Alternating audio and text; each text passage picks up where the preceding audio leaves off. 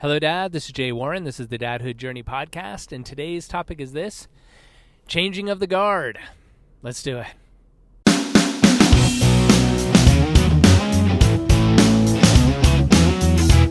Hi, my name's Nico, and you're listening to my dad, Jay Warren. This is the Dadhood Journey podcast. Thanks for listening. Pretty good. Now can we listen to it? Yep. So, we got an email from our kiddos' preschool yesterday that there's going to be some changes with the teachers in Nico's classroom. They do kind of like a team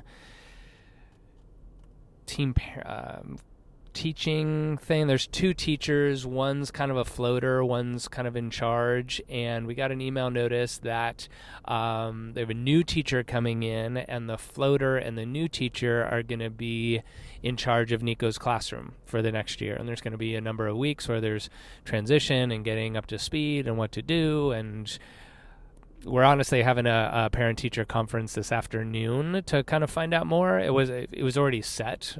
This announcement just came out today. But the reason why I bring this up, and it's not even resolved, I don't even know what's going on. We're just going to have the meeting and find out what's been going on. This year, this last month or so, hasn't been stellar as far as the preschool experience goes. It hasn't been negative. Nico's not having things where like he's showing that he hates it, doesn't want to go. It just seems kind of blah, especially compared to how great last year's experience was. And so the reason why I'm bringing up is all these different things is even in preschool, there's this whole kind of world you get immersed in where it can seem hyper important which teacher and what's going on in the classroom is.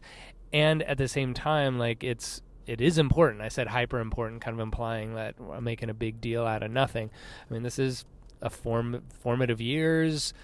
This is the person that's, with him a number of hours a day in this teacher's setting and really shaping part of who he is, not all of who he is, but part. So it's definitely important to know what's going on. But even just what I was saying about, it's being kind of lackluster. Like there's going to be years where, the teacher isn't great, but you kind of get through it. But at least for me, I've seen as a newer dad, I just have the one kid and we're entering in a school, at least the environment that we're in, the parental environment that we're in, I'm saying, is very like hyper reactive to changing things around and making it the way they want. And I'm not saying that that's a bad thing yet. I'm coming from a perspective of kind of understanding like, all right, there's a lot of influences that Nico has, and this is just one of them. And this, let me qualify too, is coming from a position of Nico's in preschool 2 days a week, 2 half days a week. So it's 2 4-hour sessions. So it's not a make or break deal like who the teacher is in the same way that later on goes. But I am seeing kind of like a precedent being set in the parents that were around of if anything isn't perfect and then that defines a perfect school environment because every mom and dad have a different idea of what that is, and so there's conflict that's going on there around being really quick to jump in and make the school change things around to them. And I'm trying to navigate that myself of I don't want to be complacent. I think education's really important. I think that school environment's really important. But I also don't think it's everything. So as a dad, I'm certain if you have kids of school age, this has come up. And I'm curious about like how your family's navigated that. Like, are you and your spouse that way of wanting to jump in and direct it because of how important like the school environment is? And I'm not arguing that at all. I'm wondering if I'm being a little too laissez-faire and just kind of like, well, let's just say like how it goes. Or have you seen there being like kind of too much of a knee-jerk, too much controlling of the school environment, and not allowing the school experience to be the school experience that it is. Like 2 examples, one for Nico. The first preschool that he went to, very new experience. He did really great. He had a couple meltdowns at the beginning, but he did really good. But then the teacher in the classroom changed, and that teacher was just not a great teacher for the kids. She might have been good like in teaching methods and but she just had a really cold personality. I got a really weird vibe from her right around, like, why are you around kids? You don't really even seem to like kids. And then a couple weeks after she took over, Nico started having belly aches. Some were real, some were ones that he just didn't want to go to school, and it was obvious there was something was off. Things weren't going to change at this school, so we made a change. So, we tried to play it out. It didn't work out, and we did make a change. But then the second example is my own example, and obviously I can look back at my entire schooling career. There were years where I just had bad teachers, in elementary school. My 3rd grade teacher, Mrs. Broderick, was amazing. She was one of my favorite teachers in elementary school. She was just really engaged with us, made it really fun. She was amazing. But then the very next year, I had Sister Josephine for 4th grade. Man, that woman should not have been around kids. She just didn't like kids. She was mean. She was always cross with us.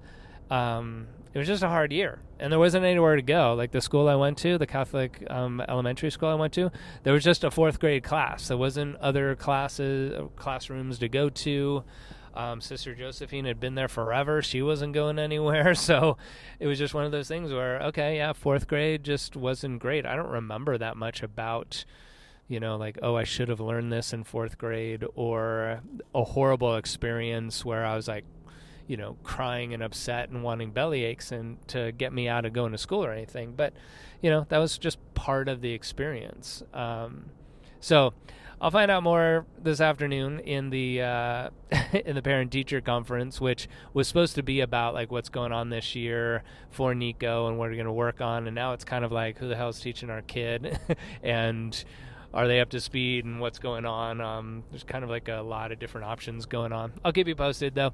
But I wanted to put that out there, not in the specifics of this is what's going on with my kid and this parent-teacher conference, but more so of this general feeling that parents can have of making the schools do everything that they say, rather than it being something where it's not I guess it is co-parenting in a way, but it's kind of like a community raising your kid and doing it in possibly different ways than you would choose or would want. It's all happening. But anyway, food for thought. That's just kind of what I'm pondering as I drop Nico off at school and go into work for a few hours, and then at lunchtime we have this conference, and I'll see how it goes. All right, so until next time, guys, take good care of yourself, take good care of your families, and we'll connect on the next episode.